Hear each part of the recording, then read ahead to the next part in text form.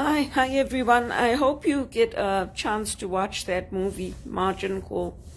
I think it's a good movie for us to watch because in all our organizations, they are not just in banking, not just in pharmacy, but in whatever industry we work in.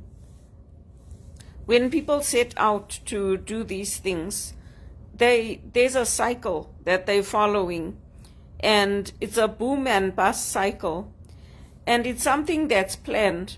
And if you watch that movie, watch it right to the end, because if you don't watch it right to the end, you're not going to get it, basically. And it comes down to, if you see that parable of the wicked servant, the servant who was given a lot of money by his master, and he couldn't pay that money back, so he reaches out and he gets the money from many people and he pays him. And there's that story about the master saying, well, I gave you so much, but then you're not showing mercy on others. That's basically what this movie is teaching. If you look at the salvation story, or the story of the resurrection, there's a point where they realize that if they don't fix this, it's going to be much worse than they could have anticipated. And the only way that they have to fix it is to sell those shares, or that whatever they created, to the people in the industry, and try to do damage control. And that is something that it's not in other sectors so much, but particularly in the banking sector. If you are their employee, if you are on their payroll and on their books, when the time comes for them to lay you off, they try to do as much as possible to look after you and your family. And I'm not just saying that. It's something that I have experienced and I've lived through, because in 2007, when I was laid off from TD, it wasn't an easy decision for anybody. And they tried to reach out to United Way. They tried to reach out to their partners in the community to see if somebody else could take me on, within the banks, within other sectors, and nobody could. So eventually there was no alternative than to give me a package and to lay me off. And it's unfortunate, because since then I haven't been able to get back into a decent paid job and a job offering me stability.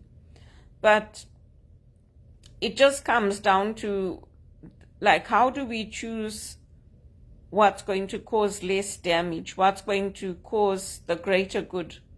And so this movie might be uncomfortable for some people to watch. Some people might say, oh, well, look at what they did. They knew what they were doing, and look at what happened to the world after that. But it's also a case of, when you do these models, when you do these projections, sometimes until you get to that point, you don't know what's going to happen. So you can look at it two ways. You can look at it with a negative point of view, or you can look at it from a point of view of, did they try to do everything possible to minimize the damage and what they knew would come for the rest of the world because of their decisions?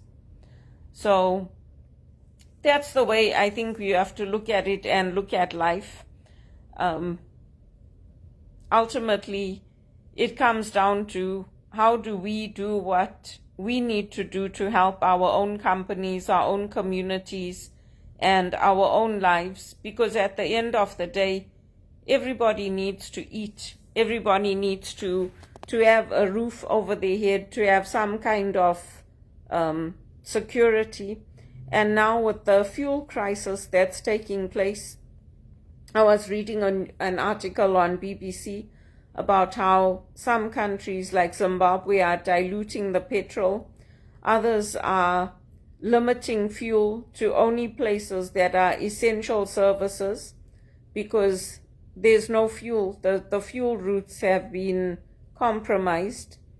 And so because they had this big push, the Iranians, that yes, the Ayatollah must go and the West must help and the West must intervene. And the West did intervene, but now billions of people are suffering all over the world. And as usual, it's those of us who are the poorest who are hit the most, who are hurt the most. And many of us, like me, are turning to GoFundMe.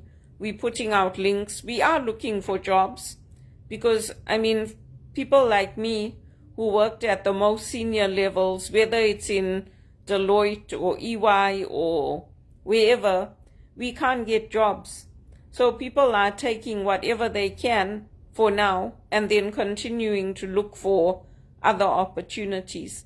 But this is the fallout of what I'm talking about when I say that it's very, very hard, because I don't see all the Iranians now out in the street dancing and celebrating, and I don't see them protesting saying that we need everybody to have fuel, we need everybody to have jobs.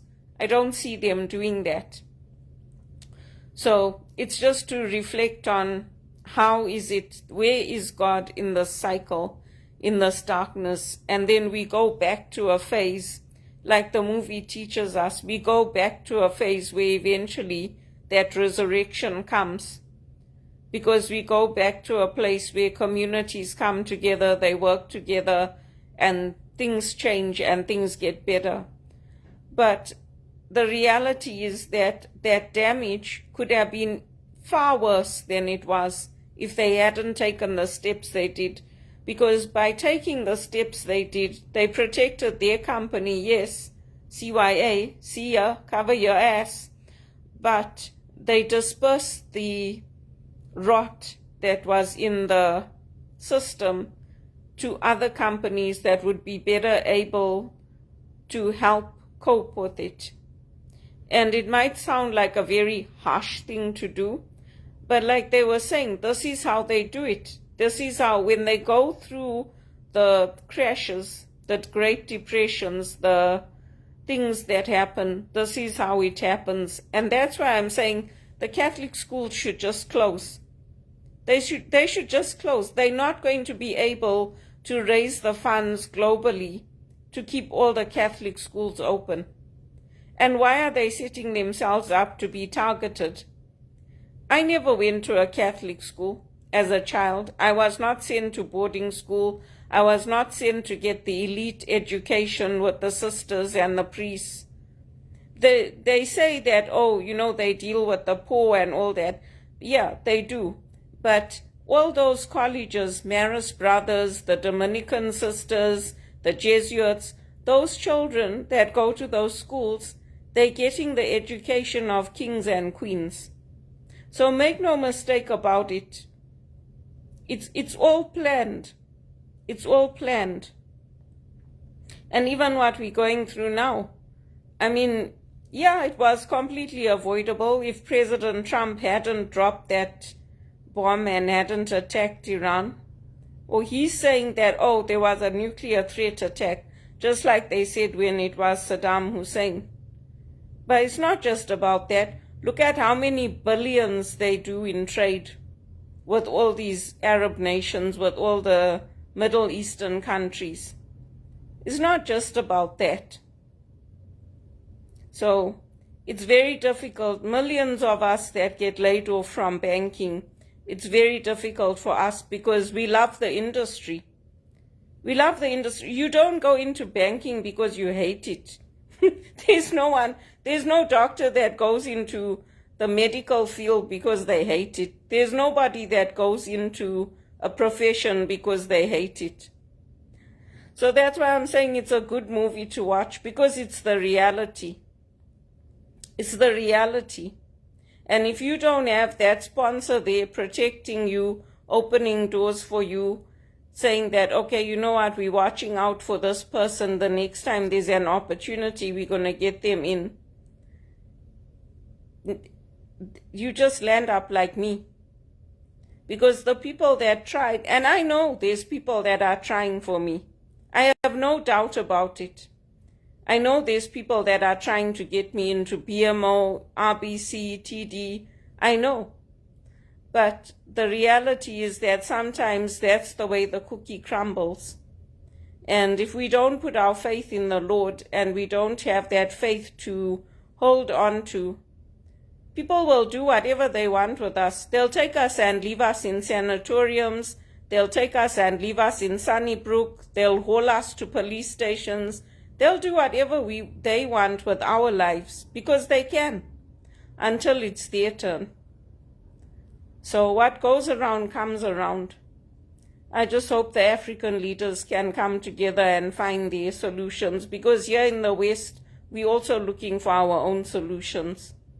And I'm not giving up. And the people that are recommending me, I always go to the banks, very highly recommended. It's just unfortunate that they never seem to find a way to make me permanent. That's the unfortunate part. But yeah, it's a good movie to watch. And this is part of the training I had when I trained with Monty Williams and at Regis College about finding God in the dark, in the grief of life, in the despair of life, and in all these things that come against us. That's where I get some of this training from.